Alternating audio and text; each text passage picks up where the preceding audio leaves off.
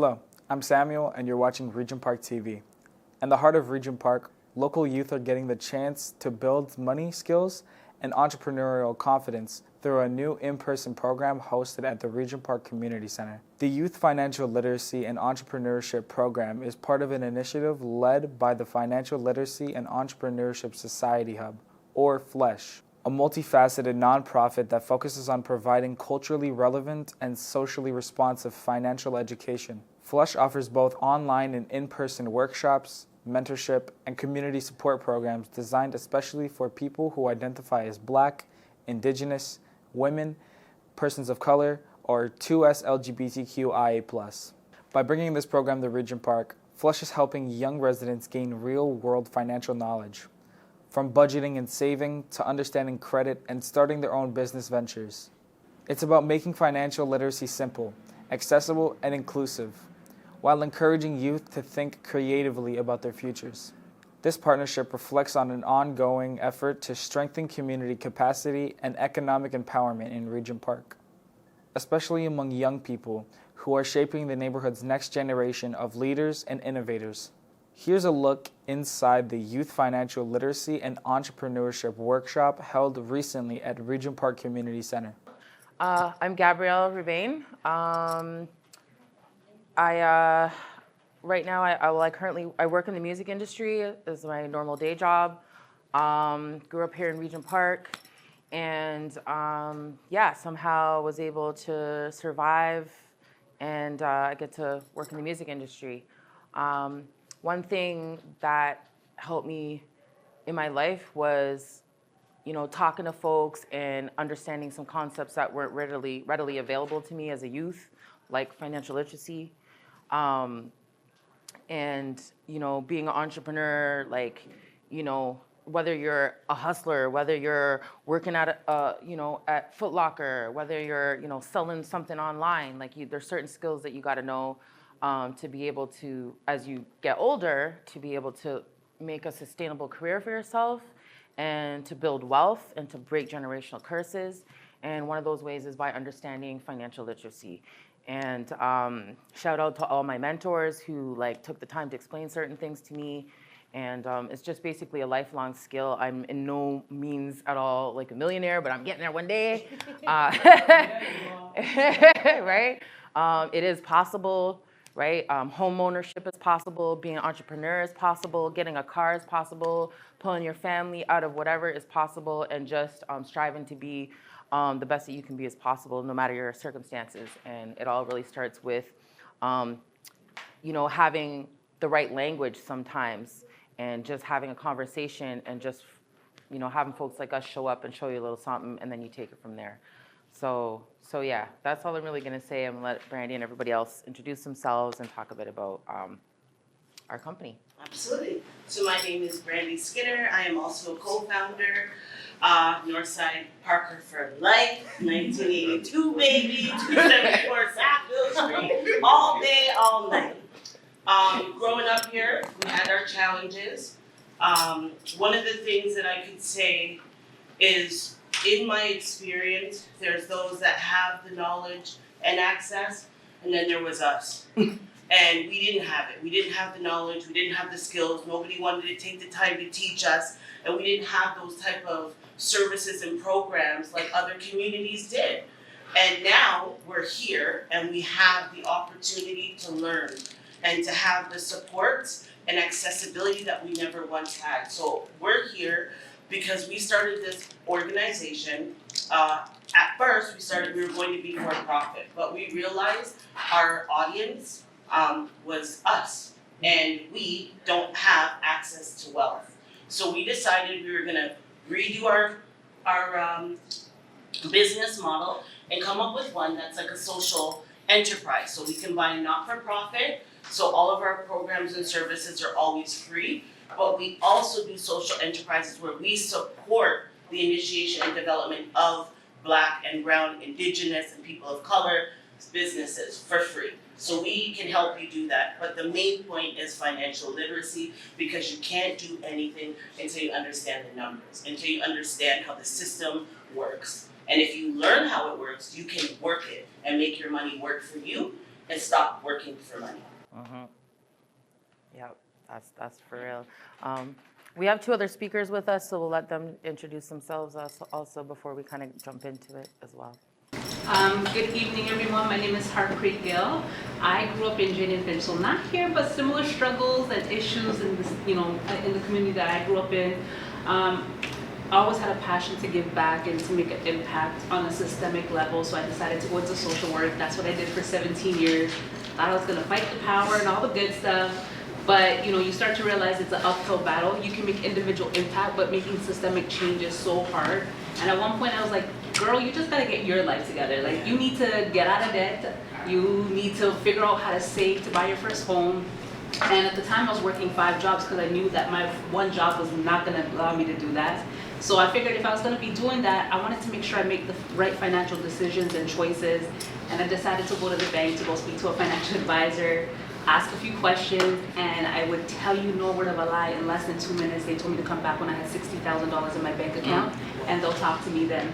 And that was another reality check, slap in the face, that there's so many barriers in the system that are designed for us to stay where we're at. And financial literacy really isn't hard. It's just that it hasn't been accessible to us, and the mindset is in scarcity, so we always think that we can't when we really can. So I started to kind of educate myself, and honestly, the more I educated myself, the more fascinated I became with this understanding of building wealth, and I decided to switch careers. I got licensed to become a financial advisor, and I'm the founder of my own company called Affluence Creators Group, and I'm grateful to have met these ladies here because we have similar values and goals, and we decided that we're going to do some stuff together. Yes. That was a great introduction. Oh, again, I'm not looking at for those of you who heard me, again, I was the guy that bored you a little earlier. My name is Jules. I'm a music producer, educator. I'm based out of Runnymede, St. Clair, so I'm not as cool as you Regent kids. But in terms of where my journey starts, so for me, it starts with going into music for myself. My family comes from a deep background of gospel singers and recording artists, so we started our roots there. I came out at some point wanting to do things for myself, so I obviously love to do music. And it wasn't until it was Drake's producer who mentored me, so 40/40, and got me the idea about don't just need to rap. I can also move and invest into the idea of being a producer. And then from producing is where I really got into the idea of education and how to marry that. So that started with workshops, creating programs for music production, Boys and Girls Club and other organizations within the Toronto area and just outside as well. And I think now where my journey's taking me is kind of just collaborating and being part of F.L.E.S.H as well in regards to bringing the type of information that I think a lot of us do need. And more importantly, I think the faces that you see, it's very important. No word of a lie, if you can see us, I hope that in some way you can do it.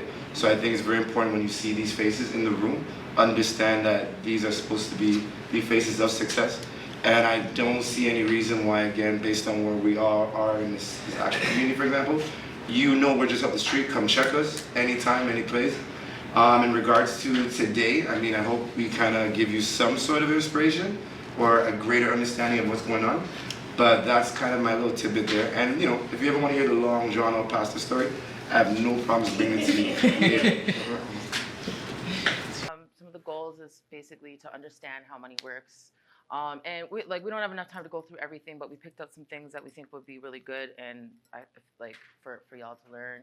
We're gonna go through budgeting, saving, and credit, exploring business registration for y'all who are entrepreneurial minded and may want to pick that up one day, or already thinking about what you want to do now as a side job, right? And we've got these printouts to help you kind of go back and look at stuff on your own, and everybody needs to know how to calculate your credit if you end up getting a credit card. So if you ever need to end up getting a credit card, just pull out those papers and make sure you do your calculations so you're not getting screwed over, right? So, all right, next slide, please. So here's a question for you, basically. If you found $100 on the ground walking, right? What would you do first? Would you save it? Would you spend it? Would you invest it? Or would you treat someone? So who would save it? Show by hands, you'd save it? All right. And this is a subjective question. It doesn't matter, right? Right? I would save it too. I'd be like, yeah. Or who would spend it? And it's subjective. It doesn't matter. Yeah. Okay. I'm being as honest as I can. I know myself. It's not in my budget already. Even though I know I should be saving it, and that's that mindset about money. But see, it also could be like what mood you're in that day. You might want to treat someone. That part. Or you might have a bad day and you want to treat yourself. Yes, Right? And then when you spend 100, everything else has to go after that. Sorry. That's usually how it goes. That's very true. And so so when we say invest, who would invest it? Who would maybe, let's say, put it into a savings account that is building interest? Or who would maybe buy something, I don't know, buy a couple baseball caps and like flip that and like sell those baseball caps and then you make yourself an extra $50? Who would invest it? Not one investor in the room. I don't believe this. It's all good. It's all good. Did somebody hold their hand up? Did I miss something? Oh, no. No. Oh, okay. And who would treat someone? I think I would either save it or I would like buy something for my mom or like, you know, like help my mom out maybe would be something I would do. But who would treat somebody? Oh, it's like that, eh? It's like that, eh? A cold group of folks, eh? No. All right. It's all good. That was just for fun. Okay, next slide. Whoop. Yeah, I just got to be careful with the wire because the guy said the wire's sketchy. So, anyways, when it comes to money, you got to talk about your income streams, right? So there's different income streams. It's like allowance, OSAP, bursaries, part-time jobs, freelance gigs, selling used clothing, selling wholesale items, automated income. When we say income, like it could be a variety of different things. Here's my question to y'all though. Like, does anybody know about automated income in here? Or have any ideas of what they think automated income is in the world of digital, in the digital space now?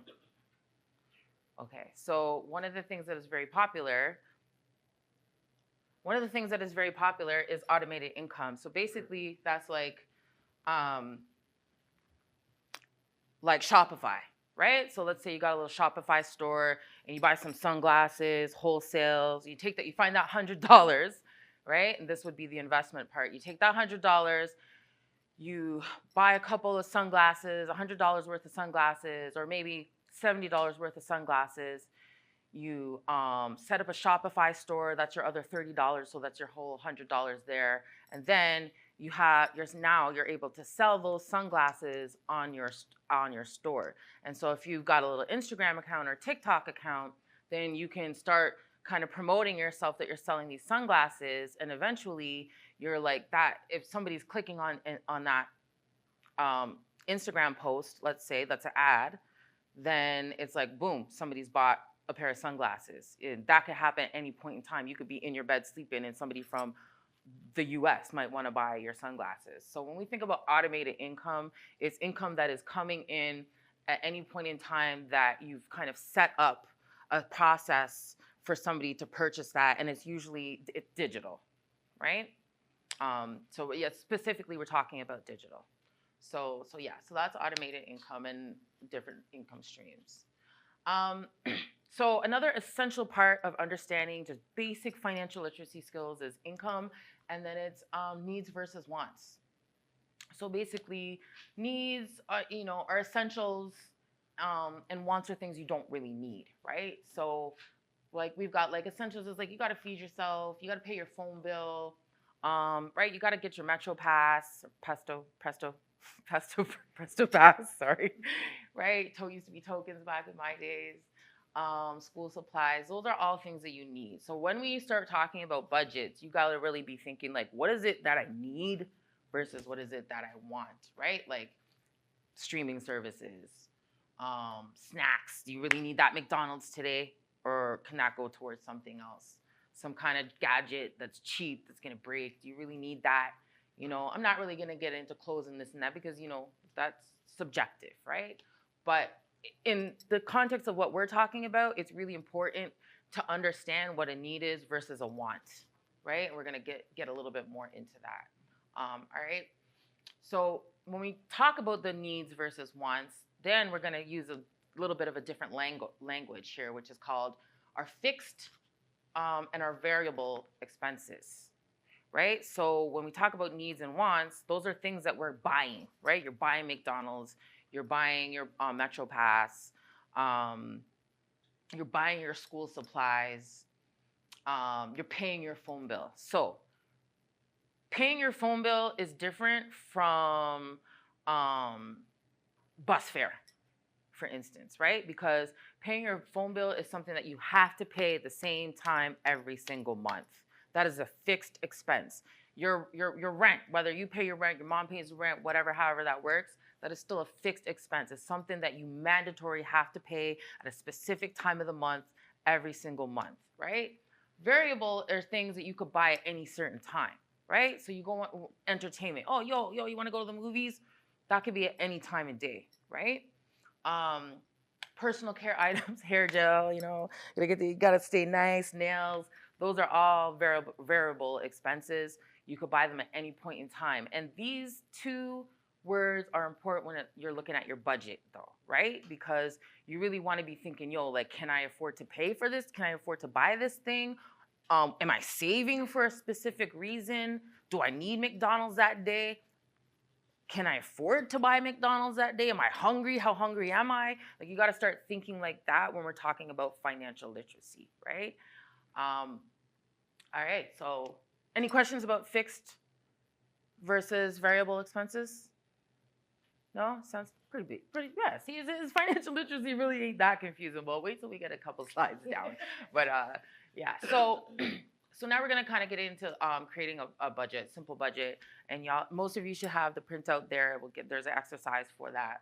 But basically the formula, and you don't really need to be good at math to understand a lot of this, but is your income, which we talked about. So like, let's say allowance or your OSAP coming in, minus your expenses, which could be your phone bill, which would be a fixed expense, and a variable, which would be what? Entertainment, right? So research has proven that if you could break things up like 50, 30, and 20, so 50 is your needs, 30 is your wants, so you could still do your entertainment, right? And then 20% is your savings, or what you got to pay into your debt if you have a visa or something, right? So yeah, so I think this is where Harpreet will take over. Can you go to the next slide? Yeah, can you do this? So we'll get a little bit more into the 30, 50, 30, 20. The time, but especially like during summer, if I'm working like almost every day, I just, as soon as I got paid, I would put the money, or like at the end of the month, I would like calculate. Okay, I love that. Anybody else want to share maybe one more example? That's okay if you don't, that's okay. But yeah, there honestly are so many different formulas and methods and strategies that you can use to save, and everybody's situation is different. When you're young, I believe that's probably the best time to save the most as you possibly can, because you're gonna have, in typical situations, the least expenses. Like, I think back when I was in high school, I had to take care of my bus pass, I had to take care of my phone, and probably like my outside food. My parents were taking care of bills at home. I didn't really have to contribute until I got out of high school. But one of the ways that you want to think about if you're struggling with savings is this 50, 30, 20 formula. So if you're in a situation where you actually have a lot of needs, you might want to think about, out of your income, how much of that can you actually put away towards your actual needs? So 50%, you should try to stay within those means. Now, someone can tell me, hey, you know what? I earn $2,000 a month, but my rent is $1,200. Now, the question is, how do we turn that into a 50% down to 1,000 as opposed to 1,200? Say it louder, girl. Find a new home. Live within your means. Exactly. Now, I know, granted, it is expensive to live in Toronto, and it's hard to find a place for even $1,000. But this is where we have to strategize. Sometimes it means we have to sacrifice certain things in order for us to live within our means. That means maybe I have to rent a bedroom with shared accommodations as opposed to having a whole place to myself. Or getting a place with maybe one or two really close family members or trusted friends that you know that you can rely on, so we can cut the expenses down. I was literally having a conversation with my friend just like 2-3 weeks ago, and I said, girl, we're so stupid. Like, what were we doing with our whole lives? I'm almost 40. Like, we were hustling and bustling, and we were doing things separately when we could have collectively came together and probably gone so much further, because you can go far when you work together, right? So it's all about making those means within your circumstances, no matter how difficult it may seem, because you can accomplish anything you put your mind to. 30% on wants. Now, this is also subjective as well, but if you feel like, okay, you know what, every month I want to make sure that I have a certain amount of money that I could put away towards my wants, you should limit yourself to 30% maximum. And then when you put that 20% down to your savings or paying off your debt, you feel good. Because I think about it, I've been working since I was 15. The first few years, my mom forced me to save. She didn't even let me have my own bank account. I had to have a joint bank account with her. She said no debit card, none of that kind of stuff. But when I got handle of my own money, honestly, because I wear, like, for example, kid size, I was buying a pair of shoes like every month. I didn't need that, but I was doing it. And I was doing that for several years, okay? Until I got to the point where I was in my mid-20s and I'm like, I have all these shoes, but I only wear like a couple shoes throughout the year. And I have shoes in shoe boxes that are still fresh to this day. And I just gave it away to people in the community. And I think about it, I'm like, I could have actually put that away, invested it, or saved it, or whatever. And my future would have been so much better. So, sorry? I should have, but I have at the time, I'm a big-hearted person. I wasn't thinking about the profits. I was just thinking, you know what, I'm not using it. Let me just give it away to the people in the community. That was where my mind's at. But, maybe today I would have done something differently. Now, mind you, like I said, even though this is the rule of thumb, you can always change the numbers depending on your circumstances. Like, for example, when I was working my 5 jobs, I didn't need out of all the 5 jobs, 50% of that to go towards my needs. In fact, and at that time I was still living with my parents, so my needs wasn't 50%. It might have been like 30 or 40%. And my wants, because I was so determined to get to my certain goals, I brought my wants down to 10%. And then I put like 60%, 50% into my savings. So it can be changed around as well. I was gonna say, one of the good things about that is like sometimes you don't even realize what you're spending. Right? Yeah. You don't even realize what you're spending. So just having like the thought of having these numbers in your mind, then you realize, yo, I'm spending way too little. Do I even need this? You know what I'm saying? Yeah. Like it's not something that you have to stick to. It's something just to know, so that you know when you're going left. You know what I mean? Yes. Yeah. And honestly, another thing just to add to that is that we really have to raise our level of consciousness on the things that are our wants, because I don't know, we get to the point where we confuse some of our wants with our needs. So for example, today's generation, a phone would be more of a need comparison to maybe like 30 years ago, right? It was different. Now, if you need a phone, maybe a $30 phone plan versus a $100 phone plan. So now you have to determine, like, is it worth paying $100? Can you use that extra $70 to go somewhere else? And if so, then those adjustments need to be made. Because I see people's finances on a regular basis, and I would say more times than none, even when people are not making the greatest income, they're still spending a lot of money on things that are not actual needs, So we're gonna do a quick little activity. Sorry if you don't mind. If you look at this 50-30-20 budget sheet, what you'll see is four different income scenarios. So you'll just have to pick one. If you want to continue this on your own time, just because obviously we're limited for time, so we're only going to do one here. You can pick one of these. The last one is your own personal life experience. So depending on what your income is, then you have a category of different needs and wants. And all you got to do is go through this and identify which ones are needs, which ones are wants, and which one is supposed to be like a savings. And then you're going to calculate at the bottom the total amount that's going towards each category and how much of a percentage of that income is going towards that category. Sounds good? Cool. How much time on the clock? Let's say 5 minutes. Yeah. And if you guys need any help or if you have any questions, let me know, okay? What were some of the observations you guys made while doing this exercise? Did the needs meet the wants and the savings actually go to that 50-30-20 rule, or was it kind of all over the place? Close enough. So this is where we'll, like, obviously the numbers are not going to add up because the incomes are different in each scenario. But this is where, we have to make those adjustments and reevaluate. This is where you have to make those cutbacks. And I think this is what happens in real life, where we don't really realize where our money is going, how much is going where. But it takes time, honestly, to just look. We took 5 minutes, but if you worked on your own personal finances, let's say even 15 minutes a week, you would definitely see differences in your savings and your ability to put money away for the future. Change coming in, you know that you have some savings accounts, right? So there's banking. Everybody knows what a checking account is, right? Does anybody not know what a checking account is? Yeah, exactly. So we're going to skip checking accounts because we all know what that is. But as youth, I will say, as youth, and if you're in school, you should be able to have a free checking account. And anybody tells you different, then you need to go to a different bank, first of all, right? Second of all, some checking accounts, once you're over 18, will charge you a fee, right? So just be aware of those things. But bank accounts like Simply, they're free. I use that bank account. They don't charge me anything. CIBC, on the other hand, will charge me anywhere between $6 and $16, right? So always try to get a free checking account. But moving on into savings, it's important not, Jules, if you could just mind that for me, yeah.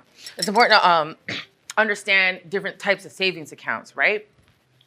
So basically, you got your tax-free savings account, and that's for folks that are 18 or older. We'll go into a little bit more in depth on the next slide. We got GICs. It's a guaranteed interest certificate, right? Yeah, sorry. Yes. Acronyms always get me. Those are low risk, but you're guaranteed interest, right? And then you got my favorite, high interest savings accounts. And those are basically savings accounts that give you like a high amount of interest every month. And just going back to Simply accounts, they usually have a high interest savings, like, every November, because it's like financial literacy month. So every November they'll be like, oh, we're gonna give you 4.25 on your savings account for 4 months. And then it's like, oh, that's high interest, right? So sometimes these things are based on time spans, but it's important to know the difference between a regular savings account, which is very, very, very low interest, versus a high interest savings account. So if you already have a savings account and you go into the bank one day, don't be afraid to say, hey, do you guys have high interest savings accounts? Because those are two different bank accounts, right? And a lot of folks don't know that. You can have two savings accounts. So always, if you have a savings account, that's like your homework. If you come back to the next workshop, I'm gonna ask you, like, go understand there's a difference between savings account and high interest savings account. And a lot of banks have them. You just have to ask, okay?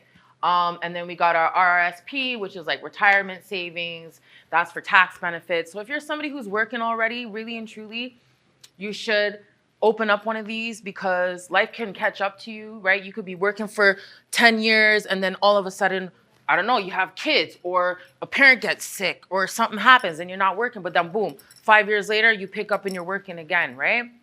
So you never know when. So that basically is money that you can't really touch. You can't access it like a savings account, but it's basically meant for like your retirement fund, which you can pull out from it if you are in dire need, but then there's like a big fee that they will take from you. So basically retirement is like 65, right? I know that seems so far away, but the difference of putting $50 in a bank account in a retirement savings account now versus when you start when you're 40, that's like thousands and thousands of dollars difference.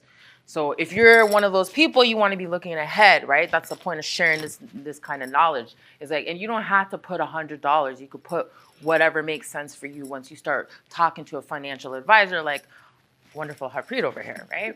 So we do have folks that will tell you more details about those things. So, and we'll get into compounding interest in another slide. So next slide, please.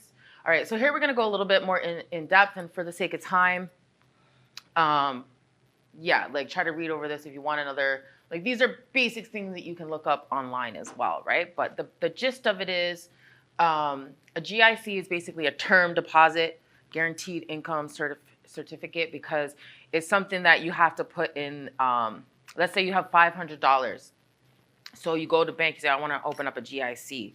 That's like from 1 year to like 7 years, and it's locked in to a specific interest rate.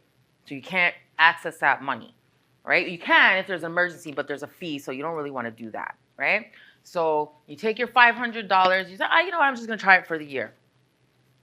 And it's locked in, it's guaranteed, the stock market, this, that, all these things can happen, but the GICs are locked in a different way. It's a different type of investment than like the stock market investment. But it's low interest, but it's guaranteed and secured interest, okay? Yeah, so it's got typically 1 to 5 years, and it's low risk. So a tax-free savings account is different because, you know, the Canadian government, there's tax on everything, right? But a tax-free savings account basically means is that you can save your money in a tax-free savings account and it's not taxed when you want to pull it out, right? And you can withdraw at any time that you want. You do have to be 18. There are a few keys with it. Brandy may be able to touch a little bit more on how it affects like taxes per se. But basically, with a tax-free savings account, you do gain interest on it, right? And you can only put in $7,000 a year, right? So that's just a whole government thing because, you know, they're always trying to take everybody's taxes, so they cap you at a certain amount. But the reality is that even $1,000 to $7,000 is like, that's tax free, because at the end of the year when you have to do your taxes, if you're somebody who's working, the government wants to take your money, so you can actually use that to offset your taxes, right? Okay. Yeah, and it's good for long-term goals too, right? Like if, let's say you're ready to buy a car, right? Boom, then you put that money in your tax-free savings account. And you know when you pull that money out, it's you don't have to pay taxes on it, because like with your registered savings account, you've already paid the taxes, right? So my favorite high interest savings account, basically, as I was saying, it works like a regular savings account, but it earns higher interest. This is her favorite account, by the way. Just want to let you know. Yeah, that's right. That's that right. You gotta figure out what works for you, right? And so anyway, so the interest rates change. They're basically, sometimes they have different offers. So like, let's say you're banking with CIBC, right? You could go into CIBC and say, oh, I want to know about your high interest savings account. And they might tell you, well, right now we're only paying out 2%. But if you come back next month, we have a special on where we're going to be paying you out 4.5% of your money, 4.5% interest. So the way that the high interest savings account works is basically you don't have that, the savings, the interest rate fluctuates. It's always a little bit higher, but it does fluctuate. And you want to always be asking questions, because a lot of times you want to catch it. You want to inquire at the bank. You could inquire at different banks. You could not even have a bank account. And you could go into TD Bank but I don't have a bank account, but I want to open up a high interest savings account. So you don't have to be banking with any one specific bank. You can shop around, right? So it's important to keep note of these things, because maybe now you'll see if you've got an app, let's say if you bank with CIBC, you might see now they'll say, oh, special, go into your offers, go into the app, go into the offers. It might show you, yo, there's a high interest savings account offer. It only lasts up until, what month are we in? It only lasts up until February. So from now till February, if you click on that, it's going to automatically open up your high interest savings account. If you're banking with CIBC and you went into your offers in the app, it's going to automatically register you for it. And then you're going to be registered for that 6 months worth of high interest, right? So you got to keep note of these things and look at your offers in the app with the bank that you're already banking with, or you go into a different bank and you could just ask them and they have to tell you. It's public knowledge, right? So yeah, so that's the gist of it. Does anybody have any questions about that? No, it's pretty straightforward, right? You're a smart group, yeah. All right, next.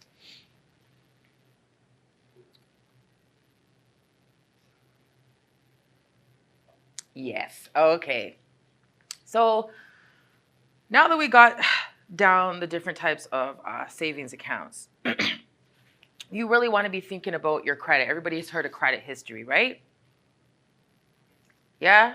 Has anybody not heard about credit history? No? Okay. Okay, so, excuse me. So basically, your credit history is your credit score. And Equifax, TransUnion, these are corporate banking entities that track everybody's credit history or spending history. And that accumulates to like your credit rate.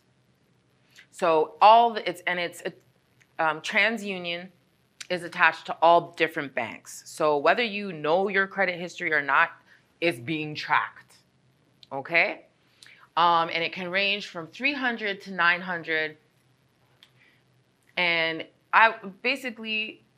it's important it's not like maybe right now you don't need to worry about your credit score and how you can actually use it and how it can benefit you right now. But the idea is to keep your credit score going up so that when you're ready and you know that you want to get financing for your first car, they're going to pull your credit score, right? So that's really important to understand. So when you think about your credit score, these numbers is basically mine. I'm going to give you an example. So my credit score when I first started looking at it was like 400. I was like, shit, like, excuse my French. I didn't pay my bills on time. So it's also connected to your phone bill. So if your phone bill is under your name or it's under a parent's name, if you're not paying that phone bill on time, that is actually being reported to the credit bureau. So you gotta keep on top of your phone bills and by paying it on time because it actually will affect you even if you don't have a credit card, right? If you have a checking account and you only got $20 in your checking account and you spend $25 of your checking account, now you're in a negative of $5, right? If you don't pay back that $5 of your checking account, it gets reported to your credit score. So those are some ways right now that your credit score can actually be affected right now, right? And not even having to have a visa, right? So basically mine was pretty low. And then somebody's like, man, you gotta get on Credit Karma. So I downloaded the app and I was like, oh, this is low. Like, what am I gonna do with this? You can't do nothing. I couldn't even, actually, I tried to get a phone and they wouldn't give me the phone. And I was like, why? What do you mean you want to give me the phone? Well, you got a really bad credit score. I'm sorry, we can't put this phone under your name. I was pissed. I left there pissed. I tried to figure it out, and that's when somebody was like, yo, you got to check your credit score, right? So it's really important that you understand this if you want a phone under your name, something as simple as that, right? So that's when I started really being like, oh, snap. And what was it? It was like my checking account that was in an overdraft for 2 months and like silly little things like that, $2 overdraft. It's being reported back to the credit bureau, right? So then I paid that off, right? Then there was like an old phone bill from like 1992 that was still under my name that was like ruining my credit. It was like up to like almost $300 and something because for 5 years I just left it and they never wiped it off my credit history. So then I had to pay that off. Then boom, 6 months later, my credit score is up to 500 and something. And I'm like, okay, right? So it can improve, right? Now my credit score, I'll be honest with you, is 650. It ain't nothing sparkly, you know, but hey, I can rent a car if I want to. I can have a phone under my name if I want to, right? There's lots of things that I can do now that it's at 650 and it's not anywhere near as high as 900. So recovery is possible. So things like payment history, credit use, account age. So like I was saying, even if you've got like a checking account that you opened up a couple years ago, that's being recorded, right? Okay, so next slide. So this is so you guys have this in your handout. It's one of the other handouts, so you can kind of look over it and understand how and more in depth how this all really really goes. I'm not going to spend too much time on it because we got other stuff to get through. But you got the language here, which is what is really important to understand at this point in time, right? So payment, so how this works is basically your payment history, 35% of your score that's reported goes to payment history. Credit use, we'll talk about that in another slide. Length of history is 15%. Types of credit. So if you've got a checking account, you've got a Visa, and which you should not have, which is the worst, a money mart loan or something, that's all going to be taken into credit, how they calculate your score, right? So next slide. Right, again, so one of the areas to really understand, I think, right now is the credit utilization, right? And it's basically a ratio. So if you got $1,000, if you spend $900, your credit use is 90%. That's too high. The bank's gonna be like, oh, like you're not managing your money properly. Or the credit bureau is gonna be like, you're not managing your money properly, right? If you spend $300 out of that $1,000, then it's 30%. That's much better.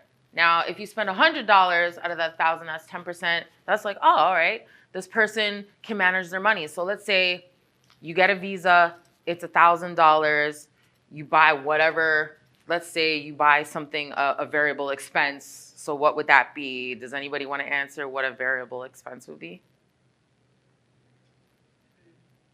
Food? Okay. Clothes, yes, exactly, right? So let's say you buy a nice fit going out, nah. You better pay that off. You want to pay that off, wipe it out, because now we're looking at your credit utilization. So if you spend $200, right, that's going to land in between these two ratios here, right? If you spend $500, then, you're getting into a range that's too high. And when it comes back to looking at your credit report, let's say you want to buy a car and you want to get a lease on a car when you're turn 21 or something, so then you might want to start thinking about these things a couple years in advance of how that all really works and taking it in. And it doesn't happen overnight. Like, I didn't understand this overnight. That took me a little while, okay? Yeah. All right, next slide. So there's different types of credit. We got prepaid Visa. So that's basically, prepaid Visa is like you can get any one of those. That's like from Shoppers Drug Mart, you go get a prepaid Visa, right? That's secure, but it's not really doing nothing for you, right? It's just you can buy stuff online, great. A secured credit card is a little bit different. That's basically where you take your $500, you go into the bank, you want to say, I want a secured credit card. Basically, it operates like a Visa. You can use it like a Visa, but it's building your credit and you're not really borrowing the money from the bank. It's your own money. The only thing with this is, though, it is now tracking your usage. So even though it's your money, right, you put your $500 on a secured Visa, it's really a tool that is used for you to build your credit. So maybe some of y'all don't even have credit, right? This is a great, and you're now you got a budget, right? So now you're like, oh, okay, I can kind of do this. I got 500. Let me see how I manage my $500. So this would be a good place to kind of try to build credit if you needed to. Student credit cards, those are shifty, man. Those are who, did somebody say, you have, I got a student credit card. That was shifty business. So we're gonna get into another slide where it kind of breaks down the interest rates because they don't really explain this kind of stuff. But, if you go to school, you get an OSAP, it's like, oh, boom. If you get OSAP, that means you're borrowing money from the government, which means you've entered into an agreement that your credit history is going to be tracked and that you have to pay this money back, right? Because of that, the banks are like, oh, yeah, now you qualify to have a student visa. So now you got your OSAP, then somebody tries on, one of those F.L.E.S.H weeks, right? And like there's like the BMO outside, and there's apply for a visa, easy, bro, because you want to know what your credit, what they're going to be charging you, right? So if you miss a payment, where it goes to the credit bureau, and you have to pay. Some credit cards have missed payment fees, and some credit cards the interest rate goes up. Next slide, please.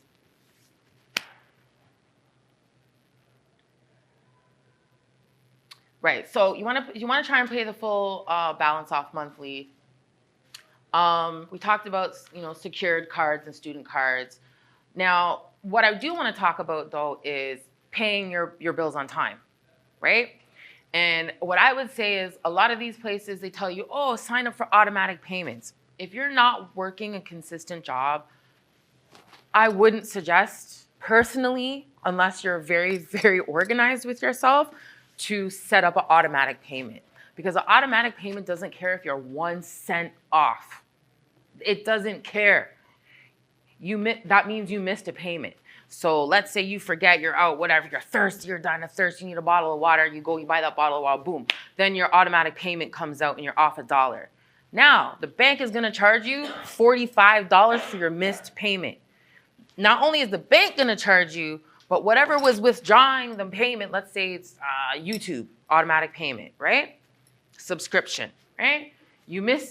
So you're gonna get paid, you're gonna get dinged $45 by the bank for missing your payment, and you're gonna get dinged $45 from YouTube for missing your payment. What's the math? That's $100 you're out because you have an NSF fee, which is a non-sufficient funds.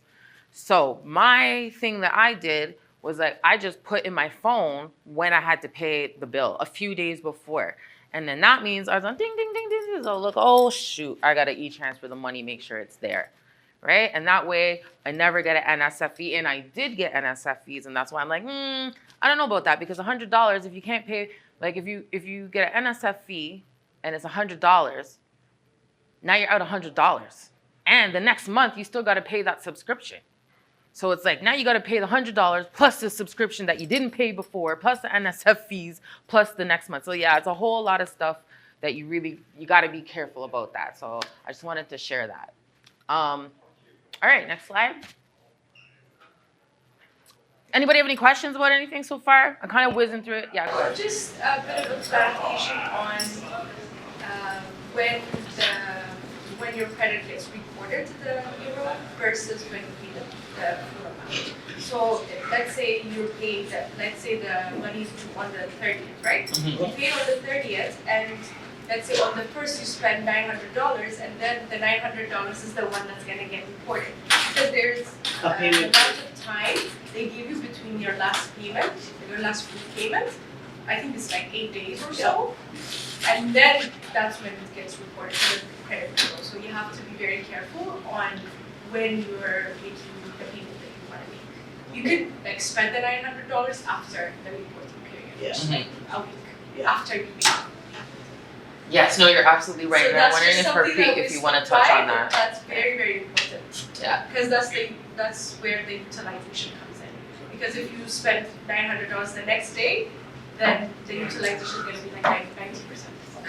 So Yeah, no, absolutely. You're absolutely right. very- You're absolutely right. Yeah. I was just gonna say that honestly, a lot of people don't even know that the institutions report to the credit bureau on a weekly basis. So for us, we only get the reports on a monthly basis, but they're actually reporting on a weekly basis. So even if you make, for example, if you owe $200 and you split the $200 2 times 100, like within that same billing cycle. So let's say if you're owing it on the 30th, but you pay $100 on the 15th, and then you pay another $100 on the 26th, that actually helps to boost your credit score just a little bit more because they're actually reporting more frequently than you should know. And just to say about checking and credit, I want you to know that there are 2 types of credit checks. There's one called a soft pull, and that's not reported, and that's what you can pull to identify your credit score. And you can do that as many times as you want. It does not impact, meaning it doesn't decrease your scores. But if a bank, if anyone you're trying to seek credit from, so if you're going to phone stores, Roger offers a plan, you want to try to get the new iPhone, you want to get it on monthly service fees, and they check your credit, that's a pull. That will reduce. If you get too many of those in a month, you can take a 700 credit score down to a 400 in the span of a month just by not utilizing your credit right or getting it pulled too many times in a short amount of time. So I say if you're going to be doing any credit, no more than twice a year, because you will reduce it. Even if you're denied, you're still impacting your credit score. Yeah, no, thank you, Brandy. Actually, that's a really good point. And just to back up what you were saying is knowing the difference between a hard pull and a soft pull, right? Like when if you're going to check out to get an iPhone, ask them, are you doing a hard pull or a soft pull? Because if you're doing a hard pull, you got to now think if it's worth it that you want that reported to your credit bureau. If how bad you really want that. If you're just going to figure out what the details are, then you don't need a hard pull, right? But thank you both of you for bringing those things up. Just Yeah. to add to that as well, honestly, if any institution is checking your credit score, it's always going to be a hard pull. Yeah. The only way that there's 2 exceptions to the rule, if you're looking to buy a car or if you're applying for a mortgage, if you do, let's say for example, if you're looking for a car loan and you look for 3 different institutions to borrow money from within the same 30-day window, it's counted as 1 credit check. But if you pass that 30-day window, then it counts as 2. Same applies with a mortgage, but those are the only exceptions. It'll always be a hard pull from an institution. Thank you, everybody. So now this is also in the printout, right? So this is just a little bit of an explanation about the interest rate that would be like if you're approached by RBC on F.L.E.S.H week to get a visa, right? So basically, this is the breakdown of how you would calculate it. And this applies to like all visas. Sometimes it's 19.99%, and that's basically the annual interest rate, basically, right? So if you owe $500, the annual interest rate is 19.99.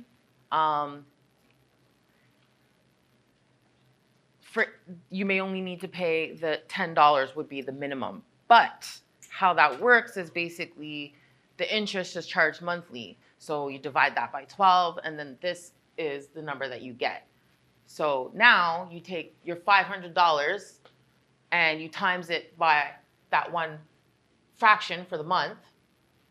And what you really have is $508.35.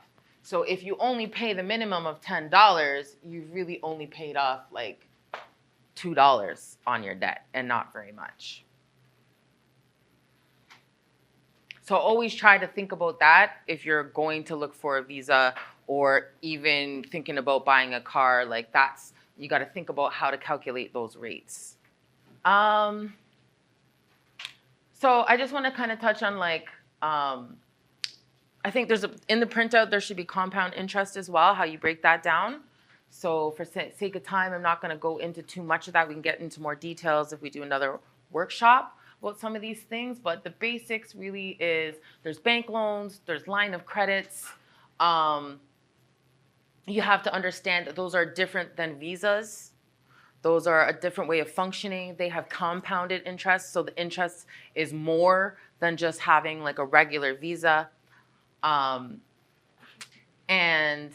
what I really want to touch base on is try as much as you can to stay away from payday loans because they are super duper duper duper easy to access, but their interest rate is like, see where I showed there's 19.99, like a payday loan is like 35.75. It's much, much higher amount of money that you end up having to pay back.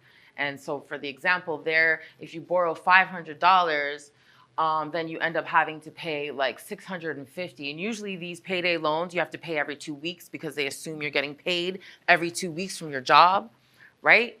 So that's actually a ton of money. So I really honestly just want y'all to know those things are really horrible to come out of if you've never accessed them before because of the interest rate is so high. And if you miss a payment, where does it go? Right to your credit bureau. And it's the worst thing to dig yourself out of, right? It has literally destroyed lives. So I would suggest try to stay to that. Try to stay away from the payday loans, Money Mart, like all of those cash money, all of those quick fix loans. Now you know, you pull out your little sheet, and you look and calculate that interest rate, right? How much it's really going to be. Now you know, you don't walk into that blindly because that can sink you for many, many years to come into your adulthood. And it'll stop you from getting a car. Payday loans will stop you from getting a car, a home, a cell phone, lots of things, right? Next slide. Yeah. So that is it. That was a lot to take in. Is there any questions? And we can always be reached. Just, I know that was a lot, but I just wanted to touch base on some basic things so you could see the lingo, see the numbers, know that it's easy, and have the spreadsheets. We're gonna move on now to Business 101 stuff. All right, and you can always come and link us later. What are you doing? I know it's a lot of information. I think here's good. I did want to, just as our name suggests, we are not just financial literacy, we combined it with entrepreneurship. And why entrepreneurship is really, really important is because we usually do it and we don't even realize we're doing it. We just don't say it as or call it as it, and we don't act like we're doing it, but we already are. And to give you an example of this, if anyone in here can do makeup, if anyone in here can do hair, if some of you guys in here are styling, I see somebody coming in looking like he's going for a job interview or a corporate, you understand? If you're good, if you're really talented and you're good at putting pieces of clothing together, if you're really good at supporting people, encouraging people, maybe you can sing, maybe you can dance, maybe you can sew. Those are all businesses, thriving businesses with industries that make millions and millions of dollars. So here, Business Registration 101. How many people in here are over the age of 18? Okay, so we've got a few, okay? How many are 16 and 17? Okay, a few, okay. Okay, so anybody who's not quite 18, obviously to register a business, because if there's a signing of a contract, you must be 18 years of age. But it doesn't mean that you can't start thinking like a business before you turn 18. Keep that in mind, okay? So in order to establish a business, you need to figure out what type of structure, because there's several types of different businesses. You need to figure out which one is right for you. Before you do that, step one is defining a business name, right? If you were to think of something like, my name is Brandy's Salon, Brandy's Waffle House, anything like that, anything you want to call your business, you need a name to distinguish you from everyone else in the marketplace, okay? But to do that, because go ahead. Is there a registry for this? Correct. Yep, correct. You got it, and that's called NONS Canada. So they've linked their service now with Corporations Canada.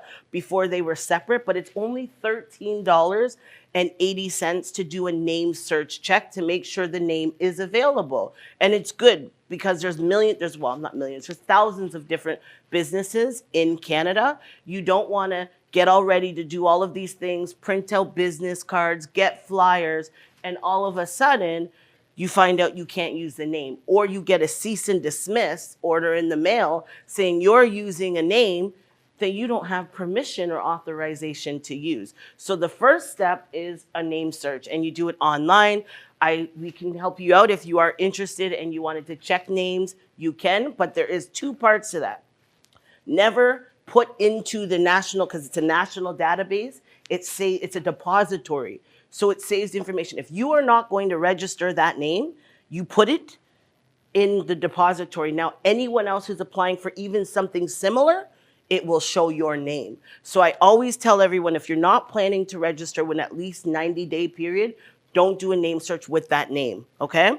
Now, if you were to do a name search, Nike's got 75,000 trademarks, anything that looks and sounds like it, to avoid competition, right? Protect their intellectual property. But now we talk about the name. Now we got to talk about what type of business and what structure. So our first one is we have sole proprietorship. And like the name suggests, sole, one owner, only one. Can be Brandy's Salon. That's me. I'm the owner. I don't work with anybody else. I'm not a corporation. I don't have partners. And that's my space. I want to set my own prices. I don't want to employ anyone else. That's just mine there. Sole proprietorship. That requires a master business license, and you can get it from $80 online. The next one is the corporation, and you can file two ways. you can file your corporation federally or provincially. So provincially, obviously, you are asking for permission to operate within the province that you live in. Federally covers all provinces across Canada, and they have different reporting structures and requirements. It's actually easier to incorporate federally in terms of paperwork and requirements than it is provincially, but we'll get further into that if you are thinking about registering a business. But there are different types of corporations, okay? Now, remember how I said sole proprietor is one owner? Corporation can be one owner too. Isn't that interesting? The only difference between a corporation with one owner and a sole proprietorship is just taxes. That's it. The way they're looked at and the liability. So as a sole proprietor, you are responsible for 100% damages and any type of lawsuits. You're not separate. You are the same. Brandy's hair salon is Brandy. So if my hair salon is making $100,000 a year and I get sued, and I have a house, I have a car, I have nice pictures, I've got rings, I've got jewelry, whoever is suing me can take all of my assets because the sole proprietor, which is me, the one owner, is not separate from my salon. But a corporation is, even though there's only one owner. And this is why you gotta love rich, greedy white men who came up with, it was a way for them to protect. Remember, we weren't into business. We weren't allowed to own anything. So this wasn't for our benefit, but we can use it for our benefit now, okay? So, right, so that one owner of the corporation just has to occupy all positions of the board. They have to be the treasurer. They've got to be the board secretary. They've got to be, the chair and the vice chair. I know it sounds weird, but it's actually more easier to do it because we set up all organizations like that until people grow their team. So it is easy. It's just about paperwork. There are different tax implications in terms of paperwork and maintaining requirements, but they're all essentially the same thing. So, and then out of corporations, like I said, there was the sole owner of the corporation, but there's also not-for-profit, there's for-profit, and then there's social enterprises. Very three different things, but very similar. For-profit corporations have shareholders that they pay out the profits to. So Nike is sold on the public exchange, but they have high dividends that are paid out to their share owners, right? Versus we are we're not public, we're a public organization, but we're not for profit. It doesn't mean we can't make a profit, because people always think that you're not allowed to make anything. That's a lie. It just sounds tricky because it's in the name. It just means that 90% of our income is reinvested back into the community. So to cover the cost of programs, of services, of helping keep the city well and, upheld. Good. So that's it. So when we talk about the structures, the other one is the social enterprise. And that's another thing that rich, wealthy people have done, because they realize, well, hey, what if I have something that I want to have the tax breaks like I'm a not-for-profit, but I want to break the rules and I don't want to pay as much taxes, so I still want to be able to get funding and I still want to be able to investment, but I also want to give back some to the community, but I also want to pay shareholders. So that's when they came up with social enterprise. It's basically a dual business model. It's a shared identity between a not-for-profit and a for-profit under one house. They just have different avenues within the one organization. Hopefully I've cleared that up. So there are different registration requirements, there's timelines, there's responsibilities, and the question at the end is, who here would be considered or be willing to consider starting their own business? Just a show of hands. Okay, nice, okay, good turnout, all right. Okay, we'll be making appointments. No, okay, next slide, please. All right. Ooh, I didn't think it showed up like that on the screen. I do apologize. So as we are here and we're talking about the business structure, I want you to take note to the informal and the formal Like I said, sole proprietorships, another one is partnerships. Partnerships is exactly as it sounds. It's one or more people coming together. So you and your best friend, you and your boyfriend, you and your cousin, you and your mama coming together to start the business together. Now, again, there are very different situations that impact both. There are pros and cons to each of these setups. We also have, we talked about the corporation, we talked about the partnership, the limited liability company. And the reason why I put the LLC here is because we hear about it all the time, all over TikTok, because, you know, we're always Americanized with everything. LLC everywhere. And people think, oh, I want to have an LLC. Mm-hmm. Can you hit to the next slide, please? Thank you. Perfect. And I'll tell you why sorry, I thought the next slide was something else. But the reason why I put the LLC there, even though you cannot file or operate an LLC in Canada because we don't have that structure, but you can if you want to operate in the United States. So you just can't operate with that title in Canada. But what a lot of organizations do is they have their main branch as an LLC in the United States, and then they open up a second branch here as a corporation. Okay, so there's always little things around things that you can do. So just to quickly run through some of the pros and the cons of a partnership model. Now remember, this is coming from the sole proprietor. If you were the sole proprietor and you ran it all by yourself, you get to make all of the decisions. You get to choose if you want to hire people, if you don't want to hire people. You get to choose the name, the colors, the logo, everything. And you don't have to worry about like filing the major tax regulations every year. With corporations, there's a lot of paperwork, but that's because a lot of your income is tax sheltered and you're protected. So that's why they do a lot of scrutiny with it. But like I said, with the sole proprietorship, if you get sued, they can take everything from you. It is the most high risk entity that you can create. But again, if you're safe, you're smart, you have insurance, you're in it for the right reasons, there's no reason why you can't do it that way. But in terms of the partnership now, it is less independent because you have a partner. There's a potential room for conflict. What if you and this person stop getting along? You now have a legal business to operate, and you guys are both owners. You can't just walk away and say, I never want to talk to the person again. It's like having a child, to be honest. Running a business is like having a child that you have to watch for the rest of its life, right?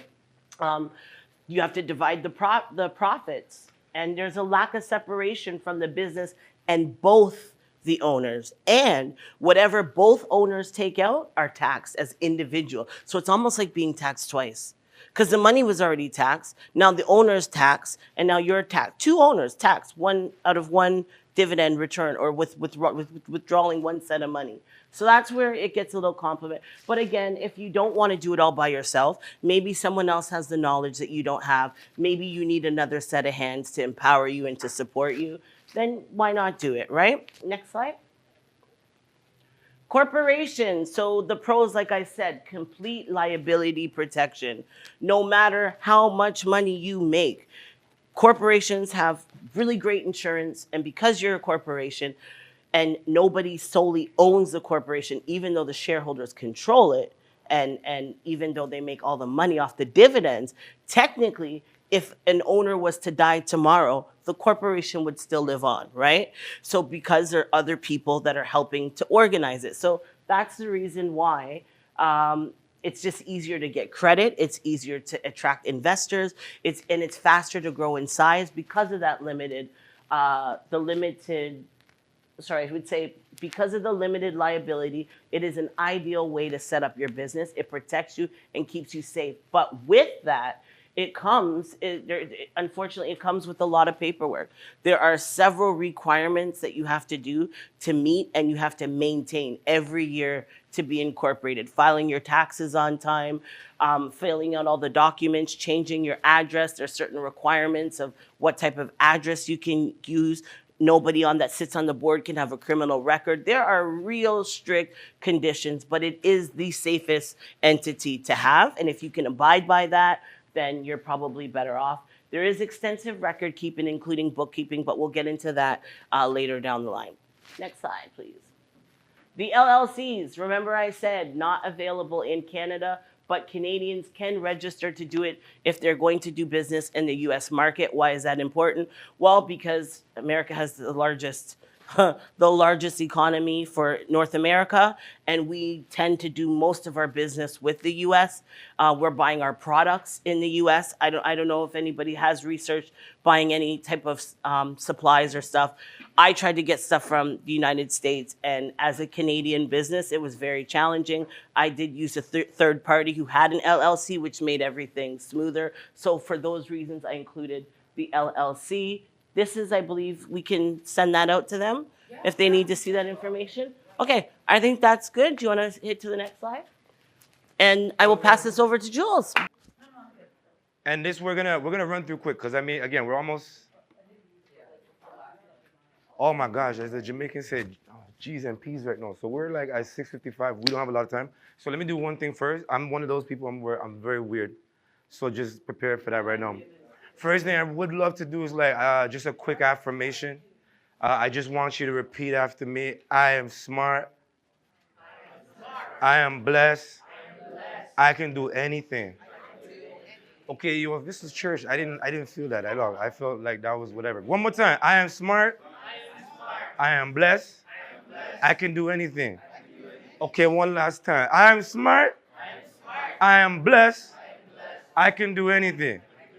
Please make sure you write that down. You say it to yourself. This has been things that we have to remind ourselves, okay, when we walk into spaces, especially when we talk about finance. These are things that it's not just about money. How you see yourself in value makes a difference. So the idea of when I'm saying, I am smart, I am blessed, I can do anything, walk with that mentality, all right?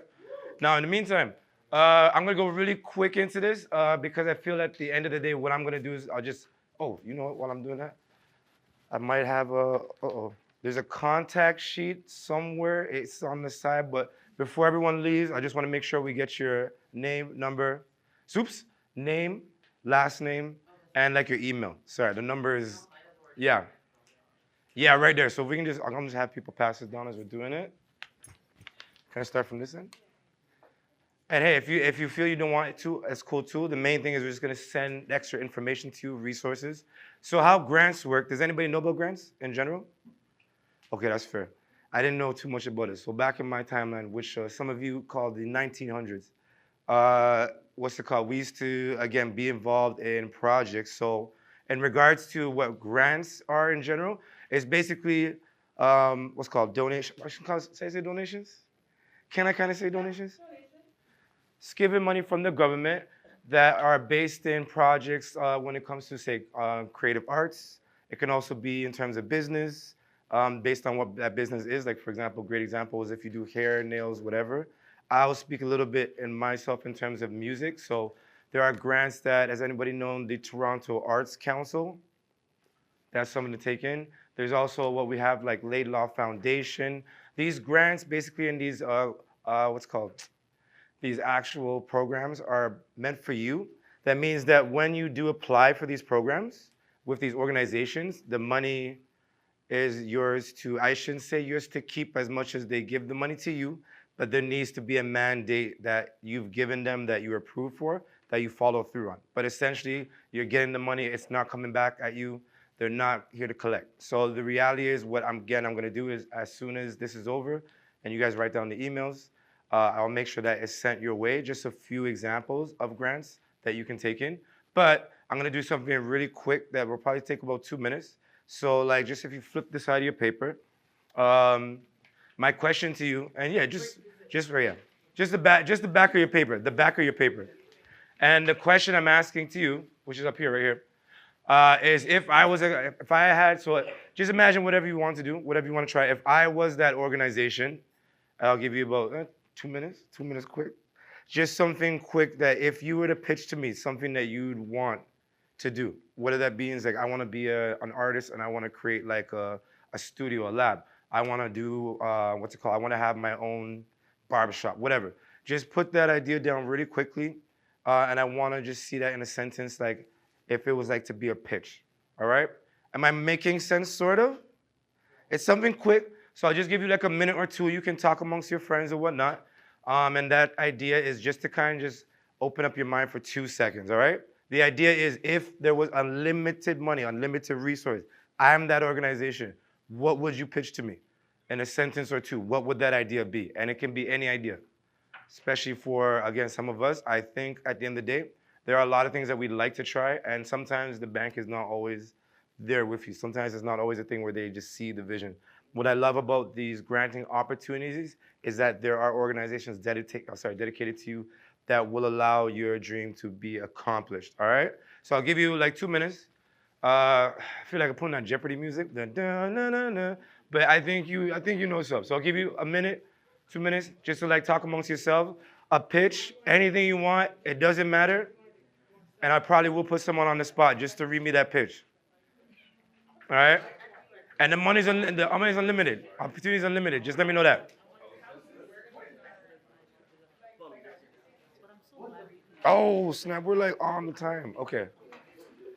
So yeah, we'll definitely do 2 minutes because we are touching that time.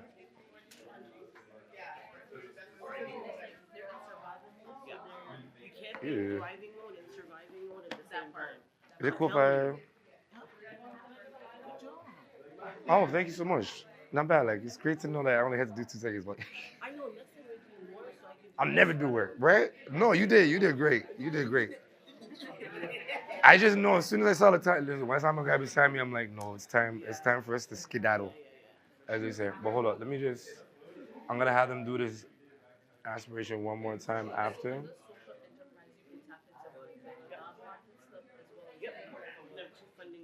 Yeah. Yeah. I'll give you about like 30 more seconds and then we'll get to it. And again, thank you guys for coming on. We really appreciate it.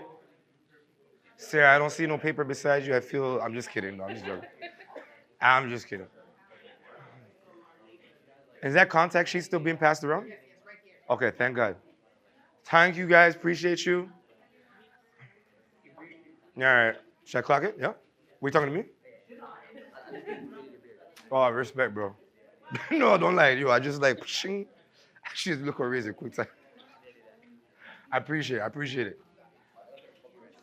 No, yours look good, bro. This is like, so I don't have to show my hair, bro. I'll just put the hat on top. But if you already know, if it looks clean like a shave, we always look dapper. It fits you. But don't steal my style, eh? I was saying, you know what? I won't hate. We got this, okay? Each one teach me, yeah. All right. Oh, snap. We're still ready. Okay. I'll give you 30 more seconds. That works. Were they only supposed to say what they want?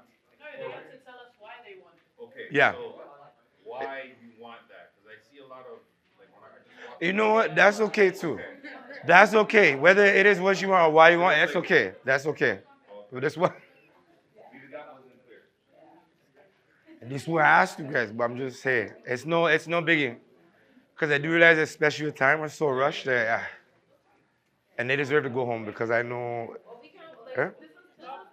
Yeah. Yeah. And whoever drew that, please, I want to keep those drawings though, please. Yeah. I see some of you have been drawing while this workshop's been going, and please I want to keep some of these so I can take it for myself and say I did it. But that's also a joke. Yeah? Okay, I'm gonna wrap it up just about now. Are we all feeling good? We're okay? Okay, so I'm gonna at least ask 2 volunteers. Does anybody want to volunteer? Right? Listen, I was gonna say. All right, so my conglomerate right here. So I'm gonna ask you just to tell us out loud. So everyone just give my guy, what's your name, sorry, man? What's your name, sir? Adil. So Adil's gonna just give us his idea, whether the why or the what.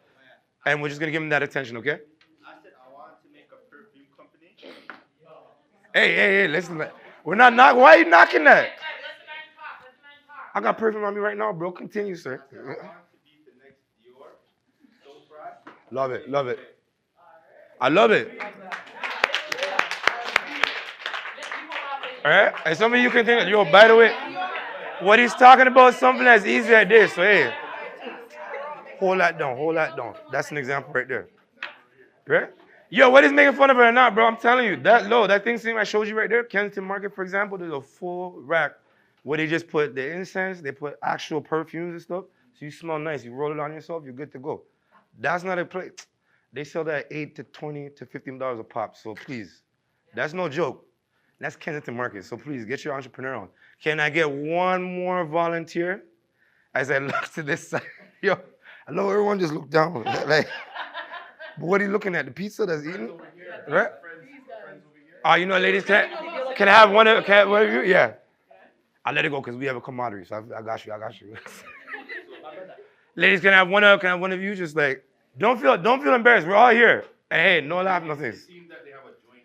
I like that. Yo, I like this. So let's hear that. Let's see that bench. Can we hear that joint venture? And don't worry, it's just an idea. It's just an idea. Nobody's wrong in this room.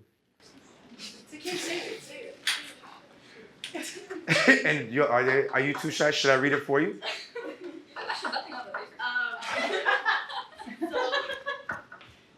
Fake it till you make it. Fake it till you make it.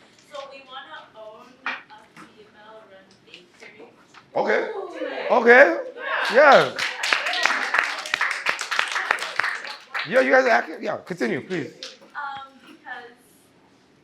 it's cutesy. Yeah, it's cutesy, and first of all, in this economy, everything's very pricey. So we want to run a bakery which is very affordable, not just all talk, and anyone could afford it. Just Try to give back to the community. I love it. Everyone, please. I feel like you're about to say something, but I didn't mean to cut you. What were you going to say? Oh, was it? Okay. And that's perfect, by the way. Thank you for sharing that. And I'm sure maybe we should do that too, is add that in. But there are some places, for example, that do for example, again, that are based on the idea you're saying, whether it be for our people, by our people, for our people type of initiative. For example, even up where we are, Daniel Spectrum, there is is it family based? I'm not too sure. Oh, the cafe? Yeah. The Root Burger? Yeah, the Root Burger. So it's inside Daniel Spectrum. For those, I know you guys know it's just one walk up, but they have that kind of initiative too. It's not just female owned though, I think it's just family, but nonetheless. But hey, thank you so much for the 1-2 pitches. Please, if you, yeah, what? Please, yo. What's your name, sir? Samir. Okay, Samir, let's get it. Basically, one of my dreams is to own my own private equity firm. What? Basically, Big thing. So basically, buy up companies and flip them. Yo, yo, give it up to Samir. Yo, I'm loving this, man. Okay. Something y'all weren't paying attention, but you guys were paying attention. Okay, I love this. So please, I want to make sure the fact that you wrote it on the back of your sheet, so even if you didn't say anything right now, please just kind of look at that and keep that as something just, for the sake of remembering some of the reasons why, again, we get into these type of conversations when it comes to financial literacy. These things can fuel our dreams. But it starts also with you having something that you want to do. So thank you for sharing that. Again, I'll make sure after the fact we send more information, but I know we're touching that time. But I'm going to have you guys say one more time with me, though. I'm going to make sure. I am smart. I am blessed. I can do anything. Wrap it up. Okay.